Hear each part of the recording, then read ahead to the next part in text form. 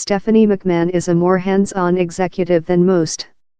As well as being World Wrestling Entertainment's WWE Chief Brand Officer, she has been a regular fixture inside the ring since her on-screen debut in 1999. As a wrestler, she held the Women's Championship belt and was part of some of the franchise's most successful storylines. More recently, she has played the no-nonsense commissioner calling the shots, along with husband Triple H. It's not a role that requires too much acting, however. Ms. McMahon did indeed marry Triple H, real name Paul Levesque, in 2003.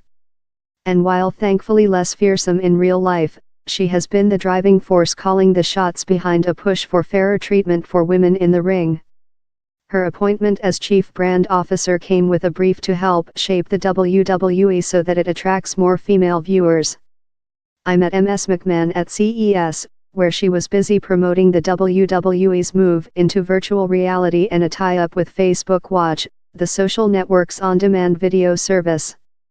Ms. McMahon said the experimental deal with NextVR will see the company produce 6 virtual reality experiences over the next year, putting viewers face-to-face with WWE superstars, and letting them feel what it is like for 10,000 people to be cheering for you, or booing you. Or what it's like to climb into the ring and be standing face-to-face with the Big Show, who's 7'5" in tall. She added, if it's a success, more will be made, the company said. It's the WWE's latest attempt to remain relevant with viewers in the face of massive competition from new competition, like the Ultimate Fighting Championship, UFC, and the vast array of wrestling content now on YouTube and similar sites. The VR content will be accessible through NextVR's app, while the Facebook Watch show, which won't be shown on television, begins later this month. The WWE is no stranger to reinventing, or at least evolving, its product. The ring itself may not have changed, but just about everything around it has.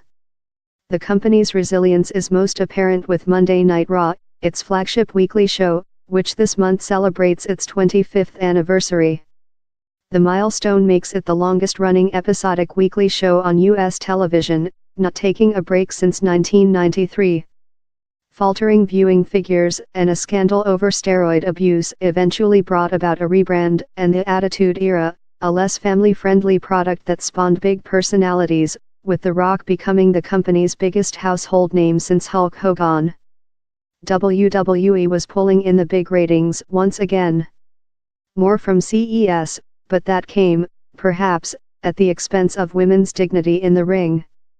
From 1990, female competitors in the WWE were known as divas, and while the men competed in matches designed to show their brawn, women were instead often involved in arguably degrading spectacles. One popular match type, known as bra and panties, involved competitors attempting to strip their opponent, the loser being the first to get down to just their underwear.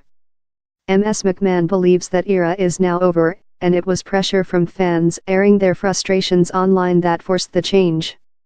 What has started in WWE is actually called the Women's Evolution, and it started because of a hashtag, she explains.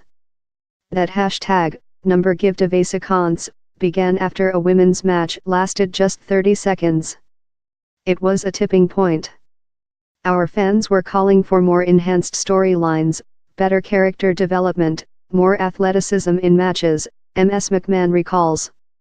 The script writers got to work and a new storyline saw Divas renamed, straightforwardly enough, as the women's division. Our women are now going to be called superstars, same as the men. The culmination of those efforts was a historic contest.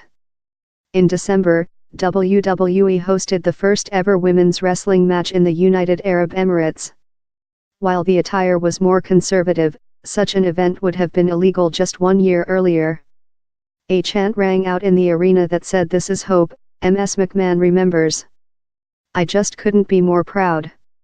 As a mom of 3 little girls, I think it's important and necessary," says Ms. McMahon. But a hashtag and rebrand won't be enough to change a culture overnight. While the WWE hasn't found itself at the center of any major sexual harassment claims in the way Hollywood has, some female wrestlers did share stories as part of the Me Too movement on social media. Criticism has been leveled at the likes of Jerry Lawler, a former wrestler turned commentator who popularized the use of the word puppies to describe women's breasts on air. Asked about the issue of sexual harassment, Mr. Lawler, known as the King during his wrestling days, drew ire for comments made on a podcast. It appears that eventually anybody that's ever flirted with anybody, or had any kind of sexual contact with anybody, is all of a sudden you could potentially be a target in the future, he said. That's the way the country has become. Everything 99% of the people may think is done in jest, or whatever, and all of a sudden that 1% out there is gonna be offended by it. But slowly, the cogs are turning. This year the WWE will, for the first time, host a Women's Royal Rumble, the classic, thrilling free-for-all match where competitors are eliminated when thrown out of the ring. Early encouraging indications are that the efforts to reach a more diverse audience, both on TV and online, are paying off. Some 40% of all WWE viewers are now women, Ms. McMahon says. And that hasn't meant taking a timid, less sexy approach. WWE's women still wear unfathomably skimpy, revealing outfits. But then, of course, so do the men.